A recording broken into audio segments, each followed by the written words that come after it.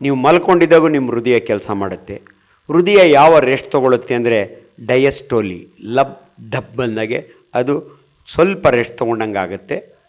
ನಿಮಗೆ ಭಾಳ ಸರಳವಾಗಿ ಅರ್ಥ ಆಗಬೇಕು ಅಂದರೆ ನನ್ನ ಫಿಂಗರು ಪಿಂಕ್ ಇದೆ, ಇದಕ್ಕೊಂದು ರಬ್ಬರ್ ಬ್ಯಾಂಡ್ ಹಾಕಿ ನಾನು 4 hours ಬಿಟ್ಬಿಟ್ರೆ ಅದು ಕಪ್ಪಗಾಗುತ್ತೆ. ಅದನ್ನು ನಾವು ಗ್ಯಾಂಗ್ರೀನ್ ಅಂತೀವಿ ನಮ್ಮ ಭಾಷೆಯಲ್ಲಿ. ಅಂದರೆ ಬೆರಳು ಸತ್ತೋಯ್ತು ಅಂತ. ಯಾಕೆ ಸತ್ತೋಯ್ತು ಅಂದರೆ ಅದಕ್ಕೂ ಆಹಾರ ಬೇಕು, ಆಕ್ಸಿಜನ್ ಬೇಕು.